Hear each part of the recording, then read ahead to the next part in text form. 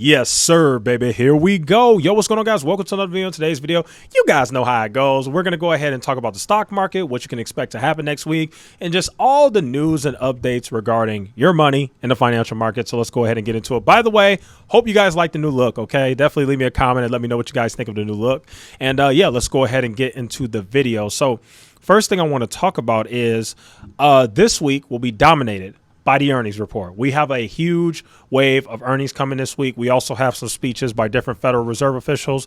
And then we also have some housing data coming out as well. And then on top of that, investors will also be monitoring the financial markets in the UK following the government's partial U-turn on tax cuts that you guys saw on Friday, and also the fact that the Bank of England is no longer going to be supporting the market. So you have that going on. But first thing I want to say before we go ahead and get into the rest of the video is we have a word from today's sponsor. Hey, what's up, guys? I am extremely excited to announce that we have our very first sponsor ever on this channel. Today's video is sponsored by me. And the reason why it's sponsored by me is because for those of you who strictly only care for finance, then this channel is for you. However, some of you guys have told me that you love it when I talk about drama, and not just finance drama, but all the other drama happening in the world, whether it's celebrity relationships, gossip, any of the major trending stories, politics, Joe Biden, anything, any major trending stories. Some of you guys value my opinion on that. So if you're one of those people who enjoy hearing my opinion on those different subjects outside of finance, feel free to subscribe to my second channel, Echoes from Below,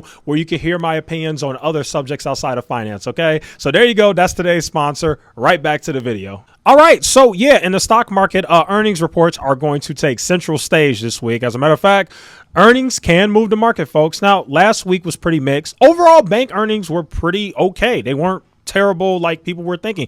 People are expecting that at some point in this recessionary environment we're in, we're going to legit have an earnings recession. People suspect that we're going to have a really bad earnings and it's going to tank the stock market further. So far, we really haven't seen that. We'll see if this week ends up being that week. And the other part is we also are going to want to listen to these companies in their earnings reports because they are going to provide insight into how these businesses have been dealing with the growing macroeconomic headwinds. We're definitely going to want to listen to that. And so we have a slew of companies, really good companies that are reporting, very notable companies. We've got Bank of America, which is a company that I am personally invested in. I have my money in that company. It's actually in the market crash portfolio. We have a small position in there. You also have Goldman Sachs. You have Netflix, which I do own Netflix as well. Yeah, Netflix is a holding. I don't have very much of it, but Netflix is a holding. You also have IBM. You have Tesla. Oh my God, Tesla, my Tesla.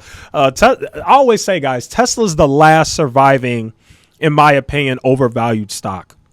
Well, obviously there might be some more, but I think Tesla's the longest surviving overvalued meme, you know, and don't get me wrong, Tesla's a great company, but I still do think that Tesla's also a mixture of a cult stock, a meme stock, and also a really good company. But my main point of saying that is I suspect that at some point Tesla's going to fall really bad and crush the hearts of the cult Tesla investors who continually pump the stock on our YouTube channels. But that's neither here nor there. We'll see what happens. You also have American Express, and you have a bunch of other companies that will be reporting their earnings results. Investors are also going to keep close appearances on, well, I already said that. I said what the Fed was going to do. But the United Kingdom is also something. The United Kingdom is also something because investors are going to be monitoring the market for the possibility, yes, folks, believe it or not, a possible Bank of England intervention again. So yes, basically investors are going to see if the Bank of England is going to renege again. Because remember, on Friday, the Bank of England said, we're withdrawing our support. We're done intervening. However, investors are going to be watching on Monday to see what the bond market does, the UK bond market, which is the gilts. They're going to look to see what the gilts does, and they're going to look to see if the Bank of England reverses course again and says, never mind, we're going to support you guys again until October 30th, which could very well happen. Now, you guys know that Prime Minister Liz Truss reversed course on the sweeping tax cuts, dismissing Kwasi Kwarteng, whatever you say his name, and then she appointed Jeremy Hunt as the new chancellor. Now, Jeremy Hunt actually had some interesting things to say this weekend, which has people hopeful that the whole tax cut thing is going to get sorted out. But who really knows, right? That's kind of where we're at with it. So there you have it, folks. Let's get locked and loaded and ready for all of the opportunities that we are going to get. Remember,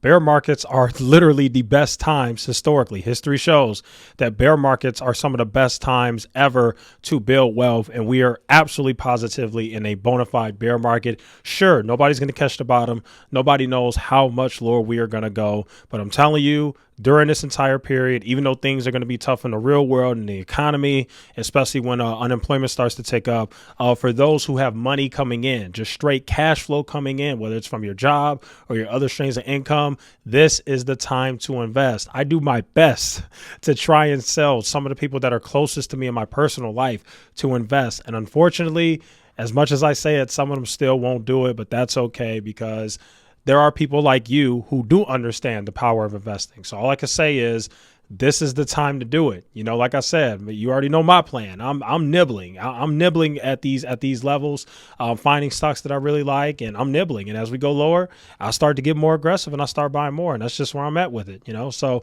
anyway, there you guys have it. That'll go ahead and conclude today's video. Thank you guys so much for watching. Feel free to like, share, and subscribe, and I will see you guys in the next one.